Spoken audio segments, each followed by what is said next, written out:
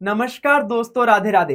तो आज CA final IDT जनवरी 26 का एग्जाम कंप्लीट हो गया है।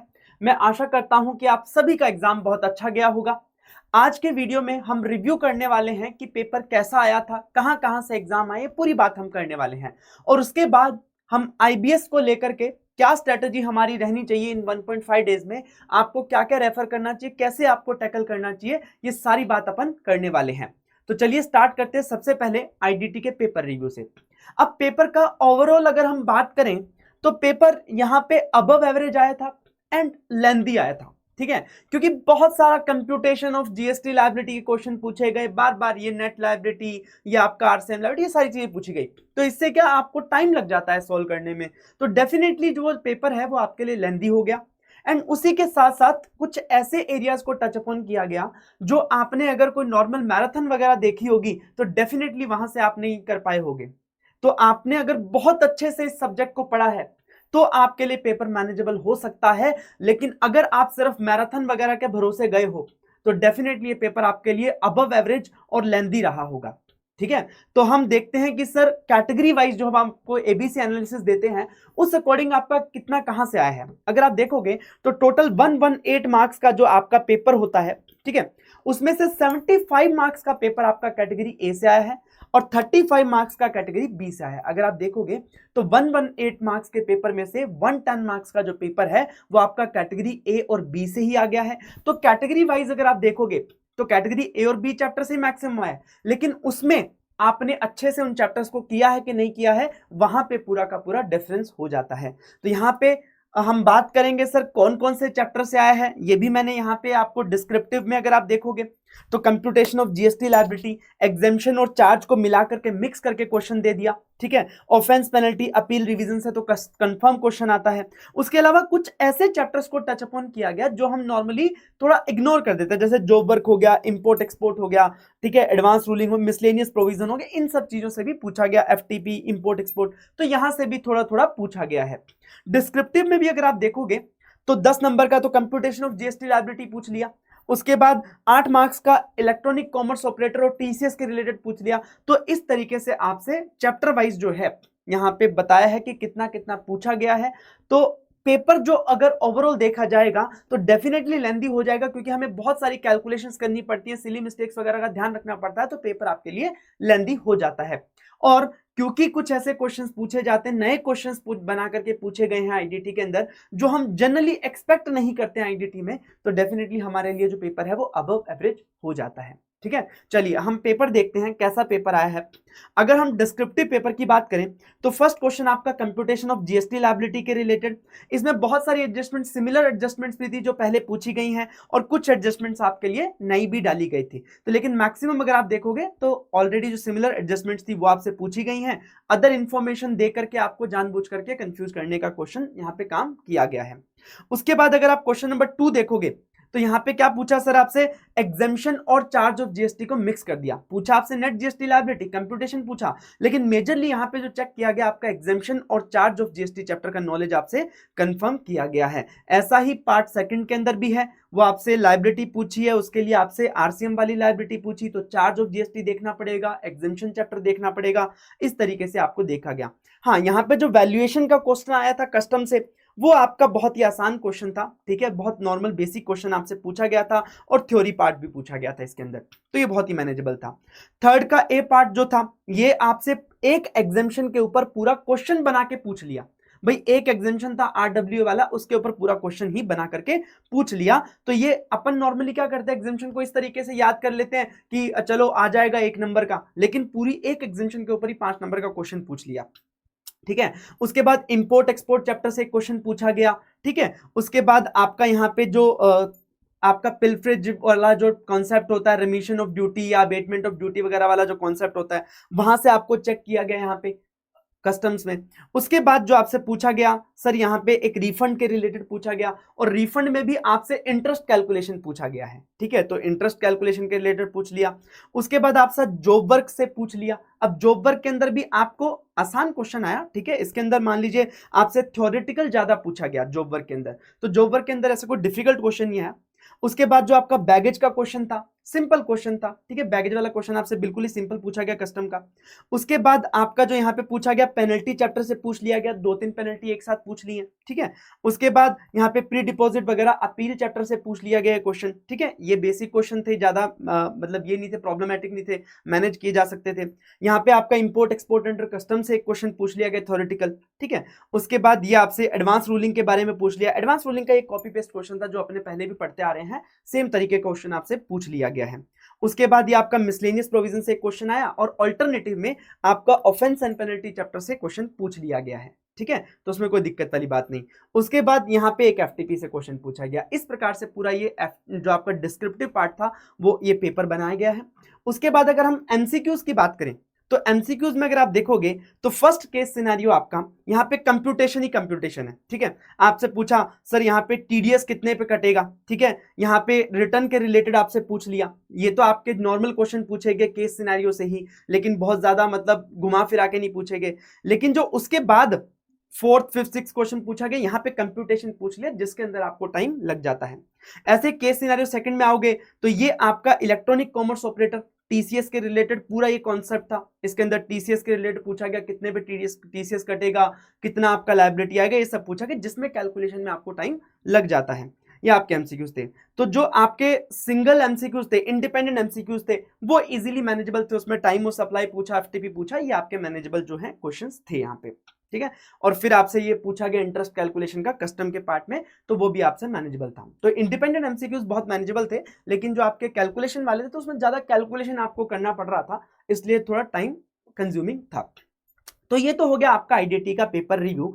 इसमें मैं आपसे एक ही बात बोलूंगा, देखो जिसने इस आईडीटी सब्जेक्ट को एक सब्जेक्ट की तरह लिया है, एक प्रॉपर सब्जेक्ट की तरह लिया है, अच्छे से कॉन्सेप्ट्स पढ़े हैं, क्वेश्चन भी सॉल्व किए हैं और डिटेल में इस जो सब्जेक्ट को है पढ़ा है, उसके लिए पेपर मैनेजेबल था, कर सकता था। लेकिन जिसने सिर्फ मैराथन्स के भरोसे गया या लास्ट में 4-5 दिन पढ़ लिया, आईडीटी को हल्का ले लिया, ऐसा सब्जेक्ट ले लिया कि भाई ठीक है इसको तो कर लेंगे, तो उसके लिए जो पेपर है ना ये बहुत टफ हो गया, उसके लिए अबव एवरेज हो गया। और लेंदी तो चलो ठीक है था, क्योंकि कैलकुलेशंस वगैरह थी इसलिए लेंदी आपके लिए हो जाता है।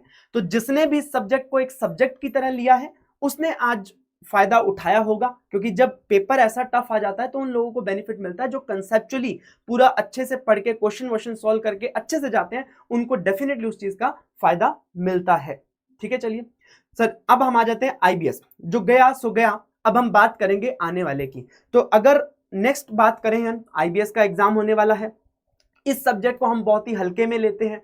जनरली हम ये समझ लेते हैं कि सर हमारा हो गया, हमारा जो है पूरा अब पढ़ने का तो नीड है नहीं, अब आईबीएस एग्जाम है, ठीक है। लेकिन सर ये आईबीएस एग्जाम भी आपको पास और फेल करवा सकता है। तो सर इस आईबीएस एग्जाम को इस 1.5 डेज में आपको कैसे प्रिपेयर करना है? अब इसमें ऐसा तो है नहीं कि रटने बैठ जाओगे, ऐसा सब्जेक्ट ही नहीं है। तो आईबीएस को 1.5 डेज में कैसे प्रिपेयर करना है उसकी हम बात यहाँ पे करेंगे, उसको डिटेल में स्ट्रेटेजाइज करेंगे कैसे आपको इसको टैकल करना है अब 1.5 डेज में। डिटेल में बात करूं तो आईबीएस सब्जेक्ट के लिए डेडिकेटेड 2 या 3 वीडियोस आपको अतुल सर ने आपके यहाँ पे दी हुई हैं, गाइडेंस वीडियोस। तो उन वीडियोस को आप रेफर करोगे, ठीक है, कि आपको कैसे इस सब्जेक्ट को अप्रोच करना है या इसके एग्जाम को कैसे अप्रोच करना है, वो आप डिटेल में उन वीडियोस को रेफर करोगे। डेफिनेटली आपके पास अभी खूब टाइम है, लेकिन मैं आपको उन्हीं को समराइज करके बता दूंगा कि भाई किन किन चीजों को आपको ध्यान में रखना है। तो सबसे पहले बात करें पेपर पैटर्न की और उसमें कैसी कैसी केस स्टडीज आती हैं। तो देखो आईबीएस का पेपर आने वाला है, ठीक है। अब आईबीएस के पेपर में सारी केस स्टडीज रहती हैं। अब केस स्टडीज में 3 टाइप की होती हैं। क्या होता है, मान लीजिए सर उस केस स्टडी में 4-5 पार्ट दिए हुए हैं और चारों पांचों जो पार्ट हैं वो आपस में इंडिपेंडेंट है, आपस में उनका कोई लेना देना नहीं है।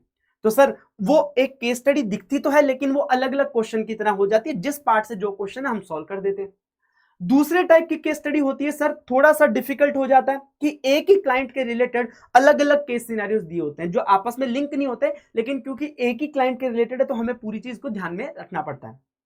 तीसरे टाइप की केस स्टडी होती है सारी सर, उसमें सब कुछ मिक्स होता है, उसमें ये बताया नहीं जाता कि ये क्वेश्चन यहां से इस पार्ट से, तो आइडेंटिफिकेशन मुश्किल हो जाता है, तो वो डिफिकल्ट की कैटेगरी में आ जाती है। तो इन 3 प्रकार की केस स्टडीज आपको देखने को मिलती हैं, इजी, मॉडरेट एंड टफ। तो अपने को एग्जाम में इन केस स्टडीज को आइडेंटिफाई करना होता है, कौन सी इजी है, कौन सी मॉडरेट है, कौन सी टफ है, उस तरीके से अपने को एग्जाम को टैकल करना होता है। सबसे बड़ा काम हमारा यही होता है आईबीएस के अंदर। जो एमसीक्यूज है, एक सबसे बड़ी गलती क्या करते हैं बच्चे, एग्जाम दे के आते हैं, एमसीक्यूज का जो आंसर है वो मेन आंसर बुक में कराते हैं और उनका रीजन और एक्सप्लेन करने लग जाता है। तो ये सब आपको नहीं करना, उसके लिए सेपरेटली ओएमआर दी जाती है, वहीं पे फिल करना है। कहीं अगर आप वहां पे फिल करके आ गए मेन आंसर शीट में तो मार्क्स नहीं मिलेंगे, ये बात आपको ध्यान रखनी है। उसके बाद अगर मैं बात करूं सर सब्जेक्ट वाइज वेटेज कितना रहता है या कितनी नॉलेज रिक्वायर्ड है किस सब्जेक्ट में, तो देखना सर जनरली ये पास्ट ट्रेंड के बेसिस पे देखा गया है कि 45 to 50 मार्क्स का जो पेपर है वो आपका डीटी और आईडीटी से रहता है। सर फायदे वाली बात है, क्योंकि जिसने भी अब आईबीएस दे रहा है तो सेकंड ग्रुप का जो एग्जाम है या तो इसी बार दिया होगा या बहुत ही पीछे वाले अटेम्प्ट में दिया होगा, ताकि ज्यादा गैप नहीं होगा। तो डीटी आईडीटी की उसको फेयर नॉलेज रहेगी और उससे उसको आईबीएस में फायदा मिलेगा। अब ऑडिट लो एससीएमपी से भी 35 to 40 मार्क्स का पेपर आ जाता है और एफआरएएफएम से भी 30 to 40 मार्क्स का जो पेपर है वो आ जाता है। ये जनरली पास्ट ट्रेंड है, ऐसा नहीं है कि ऐसा ही होगा, चेंज भी हो सकता है, लेकिन जनरली पास्ट ट्रेंड देखा गया कि ऐसा आपको देखने को मिलता है। कितनी नॉलेज रिक्वायर्ड है सर, डीटी एंड आईडीटी में आपसे ICA complete knowledge, expert knowledge expect करता है। आपसे घुमा फिरा के भी क्वेश्चन पूछ सकता है, हो सकता है आपको कहीं रिपीटेड क्वेश्चन ना मिले, आपको खुद से सॉल्व करना पड़े। लेकिन ऑडिट लो एससीएमपी में आपको चैप्टर्स नाम पता होने चाहिए और टॉपिक के नेम्स की नॉलेज होनी चाहिए, तो आप इजीली हैंडल कर सकते हो, क्योंकि थ्योरी है ना, ज्यादा आईसीए घुमाएगा नहीं। तो वहां पे अगर आपको चैप्टर्स के नाम पता है, टॉपिक्स के नाम पता है, तो आप डायरेक्टली वहां पे जाकर के क्या कर सकते हो, ढूंढ सकते हो, तो इसके लिए ज्यादा प्रॉब्लम नहीं आएगी। लेकिन एफआर और एएफएम है ना, उसमें भी क्वेश्चंस को घुमा सकता है, लेकिन एफआर और एएफएम में जनरली ट्रेंड देखा गया है कि ये पास्ट क्वेश्चंस वगैरह पूछते रहते हैं क्वेश्चन बैंक वगैरह से। तो आपको ये पता होना चाहिए कि चैप्टर नेम्स, ठीक है, और उसके टॉपिक्स के नेम्स, आपको नॉलेज होना चाहिए कौन से चैप्टर में कौन सा टॉपिक्स है, ताकि आपको जैसे क्वेश्चन आइडेंटिफिकेशन हो आप डायरेक्टली जाकर के वहां पे रेफर कर सको। और देखिए जिसका बोथ ग्रुप है, जिसने फर्स्ट ग्रुप भी दिया है, उसको तो फिर एफआर और एएफएम की नॉलेज होनी ही चाहिए, उसमें तो कोई डाउट नहीं है सर। अब क्या क्या मटेरियल और रिसोर्सेज आपको लेकर के जाना है, सर बहुत सारे लोग कट्टा भर के लेकर के जाते हैं, पर मैं आपको एक बात बता दूं, कितना भी रिसोर्स लेकर के चले जाना, लेकिन काम वही रिसोर्स आएगा जिसके ऊपर आपका पूरा कंट्रोल है, जो आपने पढ़ा हुआ है। अगर आप ऐसा मटेरियल ले जाओगे जो कभी देखा ही नहीं, कभी पढ़ा ही नहीं, तो वो कभी आपके काम में भी नहीं आएगा, भले कितने कट्टे भर करके ले जाना। तो क्या मटेरियल आपको लेकर के जाना है जो आपने रेफर किया, देखो आईबीएस का एक केस स्टडी का कंपाइलेशन है, ठीक है, हमारी तरफ से दिया जाता है, और उसमें आज तक की जितनी भी केस स्टडीज है उनको सॉल्व किया हुआ है, वो सारा जो आईसीआई ने दिया वो सारी केस स्टडीज दी हुई है अपडेटेड। तो सर उस केस स्टडी कंपाइलेशन को लेके आना है, क्योंकि चांसेस 2 to 5% मान लो कि ऐसा हो जाता है कि केस स्टडी रिपीट हो जाती है, तो सर हेल्प हो जाएगा आपको, सेम केस स्टडी आ गया तो आपके मार्क्स अच्छे आ जाएंगे। उसके बाद अदर सब्जेक्ट्स की बात करें तो सर सब्जेक्ट्स में क्या लेकर के जाना है, तो ध्यान रखना एफआर और एएफएम में, क्योंकि आपको नोट्स की ज्यादा नॉलेज होती नहीं है तो वो लेके जाना चाहो तो ले जाओ, ठीक है, लेकिन क्वेश्चन बैंक मैंडेटरी है, क्योंकि क्वेश्चन सेम रिपीट हो जाते हैं, तो सर ऐसे केस में क्वेश्चन बैंक जरूर ले जाना। ऑडिट, डीटी और आईडीटी की बात करूं तो सर इन सब में और लॉ में भी आपको नोट्स तो लेकर के ही जाने हैं, क्योंकि लॉ और ऑडिट में तो डायरेक्टली भी क्वेश्चन पूछे जाते हैं, डीटी आईडीटी में भी जब आप अप्लाई करोगे कॉन्सेप्ट्स को तो आपके काम आएंगे। क्वेश्चन बैंक भी आपको लेकर के जाना है ऑडिट, डीटी और आईडीटी के अंदर, क्योंकि अगर सेम क्वेश्चन रिपीट हो जाता है तो आपकी हेल्प हो जाएगी। अब लॉ के अंदर क्वेश्चन बैंक लेकर के जाना चाहो तो ले जाओ, नहीं लेके जाना चाहो तो नहीं लेके जाओ, क्वेश्चन कॉन्सेप्ट से हो जाएंगे। उसके बाद एससीएमपी की बात करें तो नोट्स तो लेकर के जाने ही है, लेकिन क्वेश्चन बैंक आप लेकर के जाना चाहो तो ले जाओ, वरना नहीं, जरूरत नहीं है। नोट्स की जगह स्टडी मटेरियल भी आप लेकर के जा सकते हो एससीएमपी के अंदर, ठीक है। बाकी किसी सब्जेक्ट में स्टडी मटेरियल मत उठा लेना, क्योंकि आपने स्टडी मटेरियल पढ़ी भी नहीं होती और जाकर के खोलोगे तो वैसे भी उतना टाइम नहीं होता कि आप नई बुक खोलो और उसमें देखो कि कहाँ पे क्या चीज है, ठीक है। तो डेफिनेटली आपको वो स्टडी मटेरियल्स वगैरह नहीं लेकर के जानी, सिर्फ ये दिखाने के लिए कि हम ज्यादा बाहर लेकर के जा रहे हैं, नथिंग वर्थ इट, ठीक है। आपने जो पढ़ा हुआ है वही लेकर के जाओ, वही नोट्स, वही क्वेश्चन बैंक आप लेकर के जाओगे। अब सर इसमें आपको हेल्प करेगा इंडेक्स, जब कोई पुरानी केस स्टडी आ जाएगी या कोई ऐसा कॉन्सेप्ट आ जाएगा जो पहले किसी क्वेश्चन में आपको चेक किया हुआ है, तो सर ऐसे केस में इंडेक्स आपके सबसे ज्यादा काम में आएगा ढूंढने में, क्योंकि बैठे बैठे ढूंढते ढूंढते कहीं शाम ना हो जाए, तो इसलिए आपको ढूंढना है इंडेक्स का हेल्प लेते हुए। तो आईबीएस का जो केस स्टडी का हमने बुक दे रखा है ना, कंपाइलेशन दे रखा है, तो उसके साथ ही हमने इंडेक्स दे रखा है, उसमें इंडेक्स दे रखा है जिसमें हमने बताया हुआ कि कौन सी केस स्टडी में किस टॉपिक से क्वेश्चन पूछा गया, सारी बात उसमें की गई है। अब बात आती है सर सब्जेक्ट्स के नोट्स और क्वेश्चन बैंक की, तो सर उसके साथ आप जिस भी फैकल्टी का रेफर कर रहे हो ठीक है। जहां से भी जो भी क्वेश्चन बैंक नोट्स वगैरह रेफर कर रहे हो, जिसके भी इंडेक्स रेफर कर रहे हो, उनका इंडेक्स रेफर कर लेना, ठीक है। और उससे आप नोट्स और क्वेश्चन बैंक में आसानी से चीजों को ढूंढ पाओगे। बस मेरा एक सिंपल सा कहना है, जो भी आप इंडेक्स यूज कर रहे हो कोई दिक्कत नहीं है, आपने खुद ने बनाया है तो दी बेस्ट है। अगर आप किसी दूसरे का बनाया हुआ भी यूज कर रहे हो तो एटलीस्ट उस इंडेक्स को एक बार देख लेना। ये 1.5 डेज है आपके पास, इंडेक्स को देख लेना, ताकि ऐसा नहीं हो कि एग्जाम हॉल में जाकर के पहले आपको इंडेक्स ही समझ में ना आए। तो पहले इंडेक्स को देख लो, उससे वेल वर्स हो जाओ, ताकि उस इंडेक्स का आप यूज कर सको, ठीक है। तो ये आपको एक काम करना है। उसके बाद बात आती है सर अब क्या लेकर के जाना है, क्या आ सकता है पेपर में, वो सारी बात तो हमने कर ली, लेकिन पेपर को अटेम्प्ट कैसे करना है, दैट इज दी मैक्सिमम जो आपके लिए इंपॉर्टेंट चीज है। क्योंकि ओपन बुक एग्जाम है सर, याद तो करना नहीं होता, मेन होता है पेपर को अटेम्प्ट करना, उसको हैंडल करना आप कैसे करते हो। तो देखो, स्टार्टिंग में आपको 15 मिनट का टाइम मिलता है, तो उस 15 मिनट का आपको बहुत अच्छे से यूज करना है। उसमें आपको डायरेक्टली क्या करना है, डिस्क्रिप्टिव क्वेश्चंस रीड करने हैं। अब डिस्क्रिप्टिव क्वेश्चन से आपको अंदाजा लग जाएगा कि इस केस स्टडी में क्या पूछा गया है, तो आपको यह भी पता होगा कि आपने क्या पढ़ा है। तो अगर केस स्टडी आपके लिए लगती है रेलेवेंट है, क्योंकि मैंने ये सब चीजें पढ़ी हुई हैं, तो सर मैं उस केस स्टडी को मार्क कर लूंगा कि सर मेरे को अब ये वाली केस स्टडी करनी है। तो आपके लिए कौन सी केस स्टडी है, ये 15 मिनट के अंदर आप डिस्क्रिप्टिव क्वेश्चंस को पढ़ के अंदाजा लगा सकते हो। क्योंकि 15 मिनट में आप इतना बड़ा पेपर नहीं पढ़ पाओगे, लेकिन उसके डिस्क्रिप्टिव जो क्वेश्चंस है उनको पढ़ सकते हो और पढ़ के अंदाजा लगा सकते हो कि कौन सी केस स्टडी आपको करनी है। अब इसमें सबसे पहले आपको ऐसी केस स्टडी को हाथ लगाना है, ध्यान रखना, जो इजी कैटेगरी की है। इजी कैटेगरी हमने कहां बोला था सर, जहां पे अलग अलग सिनेरियोज दे रखे हैं, आपस में उनका कोई इंटरलिंकिंग नहीं है, और हर क्वेश्चन जो है अलग अलग केस सिनेरियो से है। तो सर इसमें और अपने को क्या चाहिए, जब कोई अंदर इंटरलिंकिंग नहीं होगी, इंटरनल इंटरलिंकिंग नहीं होगी, तो हमारे लिए आसान हो जाएगा डायरेक्टली क्वेश्चन देखना कि भैया इस सिनेरियो से है, उसको पढ़ा और क्वेश्चन का आंसर कर दिया। सिंपल है ना सर। तो ऐसी केस स्टडी को आपको सबसे पहले हाथ लगाना है। उसके बाद अगर ऐसी केस स्टडीज नहीं बढ़ती तो अपन टफ वाली साइड जाएंगे। तो अपने को करना है, आपको बेस्ट आइडेंटिफिकेशन करके कौन सी केस स्टडी आपको सबसे ज्यादा आती है और उसको आपको सॉल्व करना है। अब एक बात समझना सर, यहां पे क्या होगा, कुछ केस स्टडीज रिपीट भी होंगी, तो उसमें आप इंडेक्स का हेल्प लेकर के और आप ढूंढोगे और उस केस स्टडीज को सॉल्व करोगे। पहला आपका प्रेफरेंस सही रहेगा।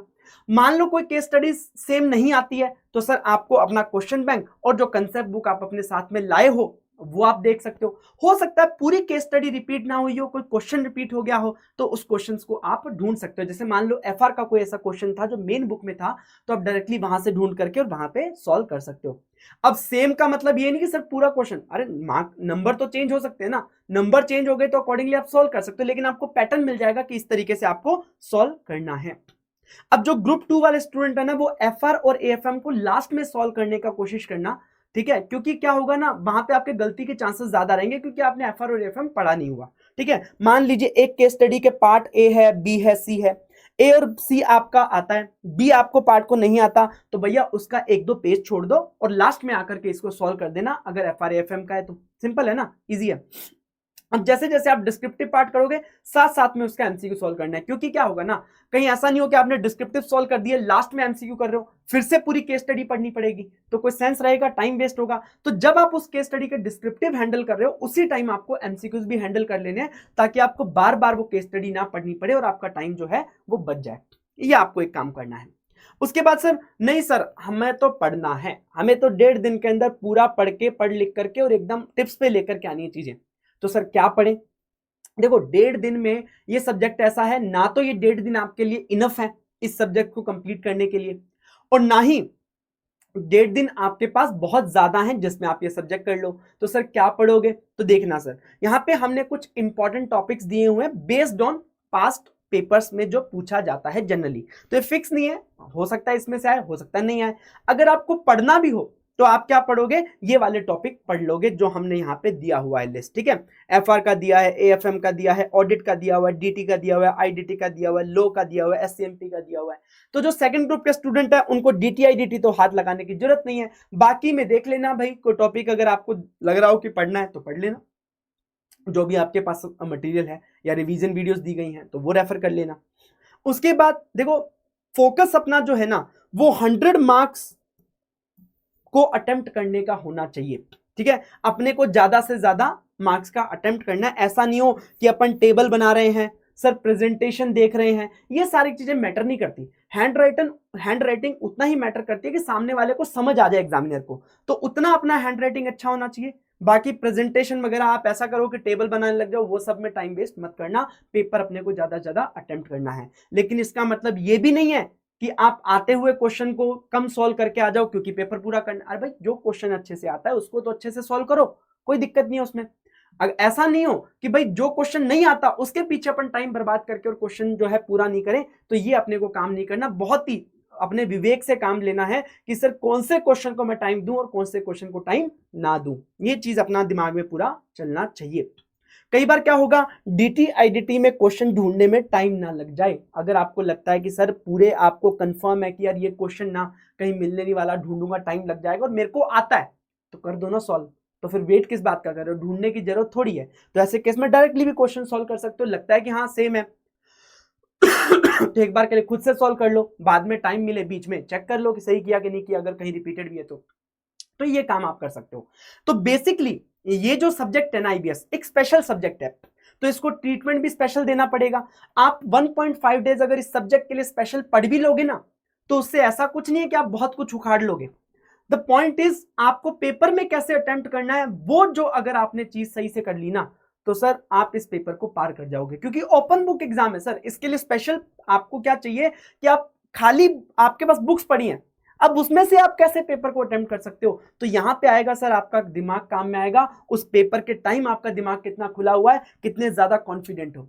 एक बात ध्यान रख लेना, ये पेपर ऐसा नहीं है जिसमें आप 90-95 प्लस ले आओ, ये पेपर ऐसा भी नहीं है कि आप इसमें 30-40 लेकर के आओ। सर इसमें आपका जो टारगेट है ना वो मिड रहना चाहिए, मतलब 60 से 80 के बीच में रहना चाहिए। सर प्रॉब्लम क्या है ना, आप अगर ज्यादा टारगेट लेकर के जाओगे, 100 का टारगेट लेकर के जाओगे, तो सर पेपर में अगर आपको थोड़ा सा भी टफ मिल गया तो आप अंडर कॉन्फिडेंट हो जाओगे।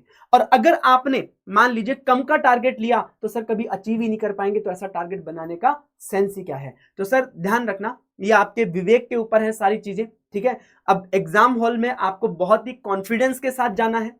तैयारी सबकी सेम ही होती है, कोई पढ़े ना पढ़े, आपके पास ओपन बुक है, सबके पास बुक खुली हुई है, कोई से आपका कंपैरिजन नहीं है। आपको बस ज्यादा से ज्यादा उस टाइम अपने दिमाग को एक्टिवेट रखना है और सही तरीके से एक्टिवेट रखना है कि सही चीजों को सही जगह पे ढूंढ सको और सही जगह पे सही तरीके से अपना माइंड का एप्लीकेशन कर सको, ठीक है। इस बात को ध्यान में रखते हुए आईबीएस के लिए बहुत अच्छे से प्रिपेयर करेंगे। 1.5 डेज का अच्छे से यूटिलाइजेशन कीजिए। अब ऐसा नहीं हो कि हम ढीले पड़ जाएं कि सर 5 एग्जाम हो गए अब छठा तो ऐसे ही ओपन बुक है, ढीले नहीं पढ़ना है, बहुत अच्छे से अपने को जोश बनाए रखना है। बस 1.5 दिन की बात है, उसके बाद आपका ये जो पार्ट है कंप्लीट हो जाएगा। तो आईबीएस के लिए भी अच्छे से प्रिपेयर कीजिएगा। आप अगर खाली टाइम है तो आप आईबीएस की जो केस स्टडीज है उनको प्रैक्टिस कर सकते हो, कैसे आपको उन केस स्टडीज के आंसर ढूंढने हैं बुक में से उसकी प्रैक्टिस कर सकते हो, ये सारी चीजें कर सकते हो। पेपर आपका कैसा भी हुआ हो आईडीटी का, ठीक है, तो उस चीज को दिमाग से निकाल करके आईबीएस के लिए अच्छे से प्रिपेयर आपको करना है, ठीक है। बाकी सब कुछ बढ़िया होगा, कॉन्फिडेंस के साथ जाना। थैंक यू सो मच, आज के लिए इतना ही।